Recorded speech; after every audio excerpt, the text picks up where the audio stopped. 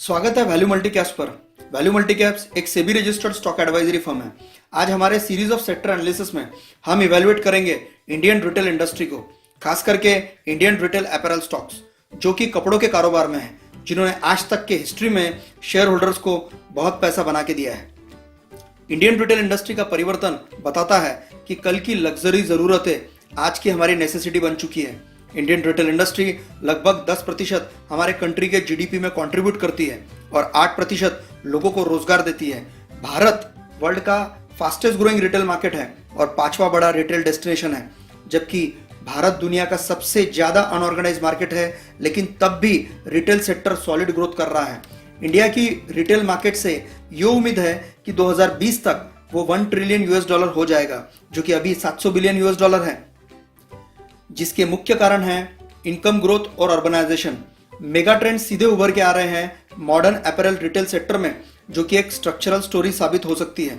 Indian apparels का per capita consumption बहुत लो है, जैसे 10% इंडिया में बनाम यूएस के 85%। इंडियन रिटेल में भारत का पर कैपिटा कंजम्पशन चाइना के मुकाबले सिर्फ 20% है, जो दिखाता है ग्रोथ अपॉर्चुनिटीज इंडिया में यहाँ से बहुत है। ऑर्गेनाइज अपैरल रिटेल लगभग 20% CAGR से ग्रो कर सकता है 2018 से 2025 के बीच, जो कि ज्यादातर आएगी नॉन मेट्रो सिटीज से। 80% न्यू मॉल डेवलपमेंट आने वाले वर्षों में नॉन मेट्रो सिटीज से हो सकती है। इंडियन रिटेल अपैरल्स को फायदा हो रहा है बदलते कंज्यूमर के आदतों से, बड़े अनऑर्गेनाइज मार्केट से, कम कंपटीशन से। तो इंडियन अपैरल सेक्टर एक इन्वेस्टमेंट केस कैसे बनता है? भारत दुनिया का सबसे नौजवान देश है। 65% भारतीय की उम्र 30 साल से कम है और एक स्टडी के मुताबिक 2020 तक 70 करोड़ स्मार्टफोन्स इंडिया में होंगे, जो कि 60% पॉपुलेशन है। भारतीयों में बढ़ते हुए फैशन कॉन्शियसनेस और खर्च करने की क्षमता ग्रोथ को बढ़ा रही है। बढ़ती हुई इनकम और घरों में डबल इनकम होने से भी पर कैपिटा इनकम 1 लाख रुपया क्रॉस हो चुकी है। आज कंज्यूमर एक्सपेंडिचर उभरते हुए शहरों में 14% बढ़ रहा है और बड़े शहरों में 12%। कारण लोगों का बढ़ता हुआ लाइफस्टाइल। 2018 से 2025 तक भारत का नॉमिनल जीडीपी बाय एक्सपेंडिचर 11% बढ़ सकता है। कपड़ों पे जो लोगों का खर्च है वो 4% इंडियन जीडीपी के रहने का अनुमान है। एक इंटरेस्टिंग स्टडी के मुताबिक जब भी कोई देश का पर कैपिटा $2000 क्रॉस करता है, तब उस कंट्री की रिटेल सेल्स डबल हो जाती है। इंडिया का पर कैपिटा $1800 है, जहां से हमारी ग्रोथ सेल्स डबल हो सकती है, जिसका सीधा बेनिफिट रिटेल अपैरल सेक्टर को होगा। बढ़ता हुआ शहरीकरण और सुधरता हुआ रूरल मार्केट। 2030 में 40% हमारे पॉपुलेशन के लोग शहर में रहेंगे, जो कि आज 31% है। देखते हैं की पॉजिटिव ट्रिगर्स। जीएसटी और अनऑर्गेनाइज बिजनेसेस से बढ़ता हुआ मार्केट शेयर। अनऑर्गेनाइज मार्केट के लिए टैक्स बचाना अब मुश्किल हो जाएगा। डिमोनेटाइजेशन के बाद कैशलेस और डिजिटल इकोनॉमी कस्टमर को ऑर्गेनाइज सेल्स की तरफ बढ़ा रही है। मेजर पॉजिटिव फैक्टर्स जो इंडियन रिटेल अपैरल्स के लिए निकल के आ रहे हैं, जैसे कि ऑप्टिमम स्टोर साइज, किफायती कॉम्पैक्ट हाइपर मार्केट और सुपर मार्केट, जो कि सेल्स पर स्क्वायर फीट बढ़ाएगा। राइट प्रोडक्ट मिक्स, रिटेलर्स को खास फोकस दिया जा रहा है खाने पीने और कपड़ों पर, जो प्रॉफिटेबिलिटी और प्रोडक्टिविटी बढ़ाता है। प्राइवेट लेबल्स, रिटेलर्स का खुद का प्रोडक्ट। ऑर्गेनाइज रिटेलर अपना खुद का प्रोडक्ट बेचना ज्यादा पसंद करेंगे मुकाबले कोई ब्रांड का प्रोडक्ट, जो उसकी मार्जिन, कस्टमर लॉयल्टी और प्रोडक्ट डिफरेंशिएशन बढ़ाएगा। तो देखिए रिटेल इंडस्ट्री काम कैसे करती है और उसका ढांचा कैसा है। देखा जाए तो इंडियन रिटेल इंडस्ट्री $700 बिलियन की है, जिसमें फूड एंड ग्रोसरी 70% है, अपैरल्स 8% और ज्वेलरी एंड वॉचेस 8%। इन तीनों सेगमेंट में सिर्फ 10% ऑर्गेनाइज रिटेल है, बाकी सब अनऑर्गेनाइज्ड है। फूड एंड ग्रोसरीज में ऑर्गेनाइज प्लेयर है, जैसे कि future retail, D mart, star Bazaar और स्पेंसर। अपैरल्स में प्लेयर्स है shopper stop, future retail, Aditya Birla fashion, V mart. और ज्वेलरी एंड वॉचेस में हमारे पास टाइटन जैसे प्लेयर हैं। चलिए जानते हैं भारत का कंसेप्ट ऑफ वैल्यू रिटेल है क्या। यहाँ एक रिटेलर एक फैशन प्रोडक्ट एक किफायती दाम में एक बड़े मिडिल क्लास ग्रुप को ऑफर करता है, जो कि आता है टियर 2 और टियर 3 सिटीज से।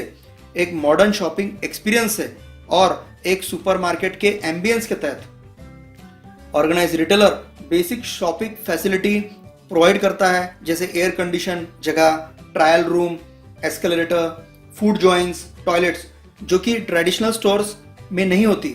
ये organise retailer loyalty programme offer करते हैं, रेगुलर कस्टमर को डिस्काउंट देते हैं, एसएमएस करते हैं फॉर न्यू प्रोडक्ट लॉन्च।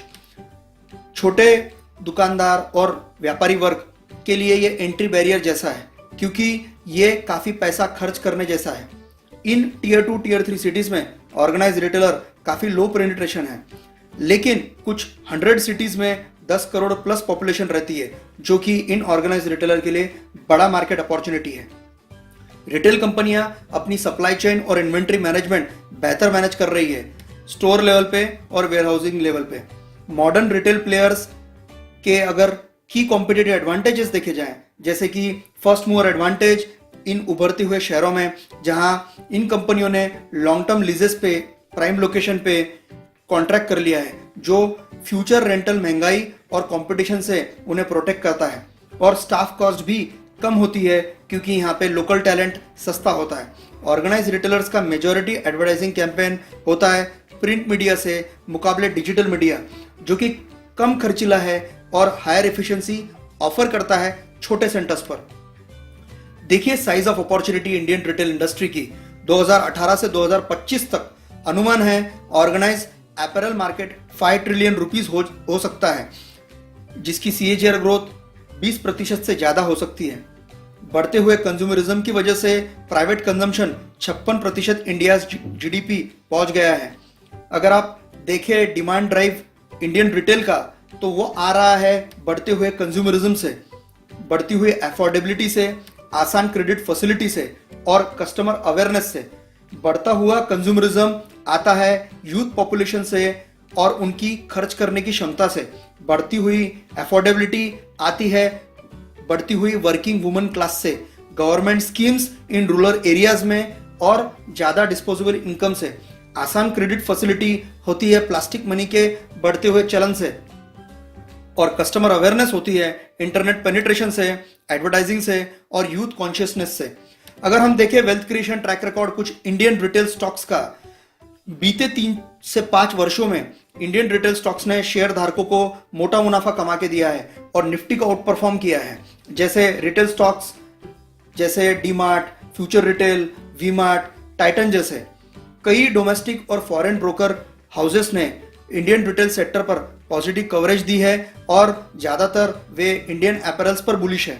लंबी अवधि में हमें कुछ रिटेल स्टॉक्स पसंद है।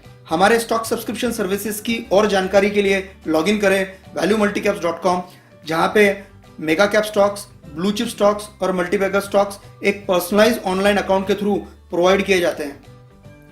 वैल्यू मल्टीकैप्स एक सेबी रजिस्टर्ड रिसर्च एनालिस्ट हैं। प्लीज विजिट करें हमारी वेबसाइट valuemulticaps.com एंड डाउनलोड करें free research report. Sign up करें हमारी वेबसाइट ताकि रियल टाइम अपडेट्स डायरेक्टली आपके ईमेल इनबॉक्स में आए।